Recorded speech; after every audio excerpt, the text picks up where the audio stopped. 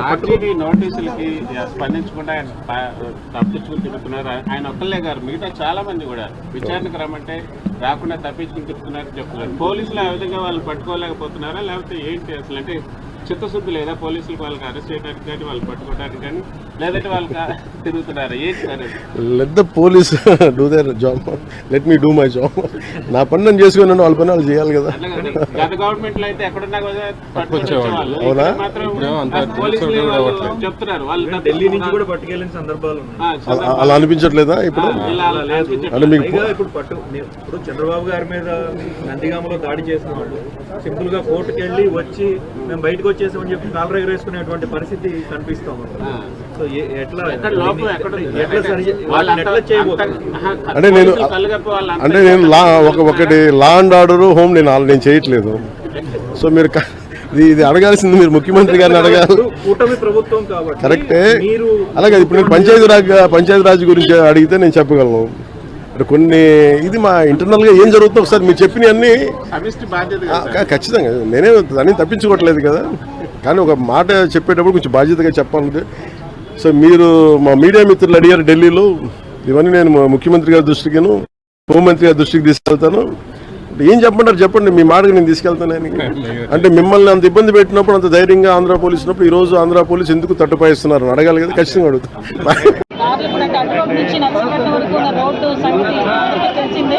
సుమారుగా 5 సంవత్సరాలుగా చాలా నరక యాత్ర పడి తిరిగే ప్రయాణికులందరూ కూడా తిప్పిపోని రోజంటే ప్రతిపక్షంలో ఉండేటప్పుడు ప్రత్యేకంగా దీని మీద 2 సార్లు పాదయాత్ర కూడా చేశాం, ధర్నాలు చేశాం. ఈ రోడ్డును ఎలాగైనా వెయ్యాలని చెప్పేసి ఆ రోజు పట్టుకుంటాం.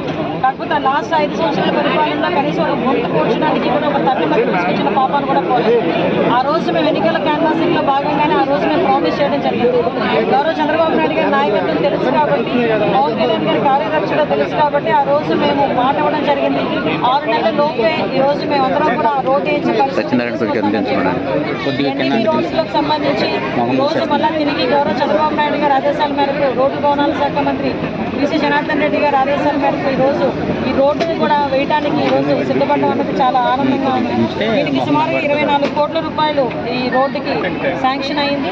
ఈ రోడ్డు వరకు కూడా ఆల్రెడీ ఈ రోజు నుంచి స్టార్ట్ కూడా జరుగుతుంది. ఇక్కడ తిరిగి అంటే అటు రోడ్ నుంచి సుమారుగా నర్సీపట్నం వెళ్ళే ప్రయాణికులందరూ చుట్టుపక్కల గ్రామస్తులందరూ కూడా ఊపిరి పీల్చుకునే పరిస్థితి. వీళ్ళే కాదండి, సుమారుగా చూసుకుంటే మన ఎన్డీబీ వర్కుల్లో దగ్గర 15 వర్కులు అంటూ ఉన్నాయి జిల్లా మొత్తం మీద. ఆ వర్కులన్నీ కూడా స్టార్ట్ అవుతాయి. ఫస్ట్ ఆఫ్ ఆల్ ఈ వర్క్ స్టార్ట్ చేయడానికి కలెక్టర్ గారు కూడా ఈరోజు ఇక్కడికి రావడం నిజంగా శుభపరిణామం కింద భావించాలి. అదేవిధంగా ఈరోజు ఎక్కడైతే మీరందరికీ తెలుసు సంక్రాంతి కన్నా రోడ్లు ఏదైతే గుంతలు పడి ఉన్నాయో, అంటే 5 సంవత్సరాల్లో కనీసం రోడ్లు పట్టించుకోకుండా రోడ్ల మధ్యలోనే స్విమ్మింగ్ పూల్స్ వృధా తయారవడం, ఆఖరికి చాలామంది రకరకాల ధర్నాలు కూడా రకరకాలుగా చేసిన పరిస్థితి కూడా మనందరికీ తెలుసు. అయినా కూడా ఇప్పుడున్న మాజీ ముఖ్యమంత్రి కనీసం పట్టించుకోకుండా ఉండే పరిస్థితి కూడా కనిపిస్తూ ఉంది. కాబట్టి ఈరోజు మళ్ళీ గౌరవ ముఖ్యమంత్రి గారు వచ్చిన తర్వాత గుంతలు లేని రోడ్లు చేస్తానని మాట ఇచ్చిన ప్రకారం ఈరోజు జనవరి 15 కల్లా ఎక్కడైనా గుంతలుంటే ఆ రోడ్లన్నింటినీ కూడా పోర్చమని చెప్పి డబ్బులు శాంక్షన్ చేయడం జరిగింది. పాయకరావుపేట నియోజకవర్గంలోనే 15 వర్కులకి 1,50 లక్షల రూపాయలు, అదేవిధంగా డిస్ట్రిక్ట్ మొత్తం చూసుకుంటే 68 వర్కులకి 4,80 లక్షల రూపాయలతో ఈ జనవరి 15 కల్లా రోడ్లని గుంతలు కూడా పూర్తి చేసి క్లియర్ చేయమని గౌరవ ముఖ్యమంత్రి గారు ఆదేశాలు ఇచ్చారు. ఆ ప్రకారంగా మేమందరం కూడా చిన్న ప్రచారం జరుగుతుంది, దాని మీద మీరు చిన్న క్లారిటీ ఇవ్వాలి. ఈ రోడ్లు పెడతారు, మళ్ళీ టోల్ గేట్లు కూడా పెడతారు అని చెప్పి ప్రచారం. అసలు విషయం ఏంటంటే కొంచెం చదువు అవగాహన ఉన్న వాళ్ళకి ఏ రోడ్లకి టోల్ గేట్ పెడతారన్న సంగతి అర్థం అవ్వాలి. విషయం ఏంటంటే పీపీపీ మోడల్లో తయారు చేసిన వాళ్ళకి అది కూడా highways, it's not highway, R and B road.